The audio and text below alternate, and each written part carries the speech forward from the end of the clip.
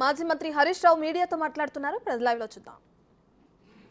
అధికారంలో వచ్చినటువంటి పార్టీకి మన ప్రభుత్వానికి సహకరించాలా, ప్రజల పక్షాన ఉండి ప్రజలకు సమస్యలు పరిష్కరించడానికి ప్రయత్నం చేయాలా తప్ప మన రాజకీయాలకు పోదని చెప్పి మా అధినేత చాలా స్పష్టంగా మాకు అందరూ కూడా దిశానిర్దేశం చేశారు. కానీ ప్రభుత్వం యొక్క తీరు చూస్తూ ఉంటే ఆశ్చర్యం కలుగుతూ ఉన్నది.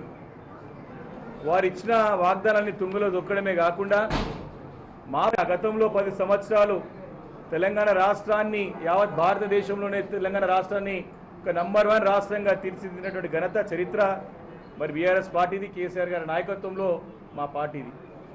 ఈరోజు వారు చేసే పనిని సక్రమంగా చేయలేక మా పైన బురద వెళ్ళే పనిని మరి మొదటి నుండి కూడా ఈరోజు వరకు పెట్టుకుంటూ వస్తూ ఉన్నారు. చెప్పాం 100 రోజులు అయిపోయినది 200 రోజుల దగ్గర వస్తూ ఉన్నది, మీ 6 గ్యారంటీలు ఏమైనాయని చెప్పేసి ప్రజల పక్షాన్ని అడగాల్సిన అవసరం ఉన్నది. అదేవిధంగా రైతులందరూ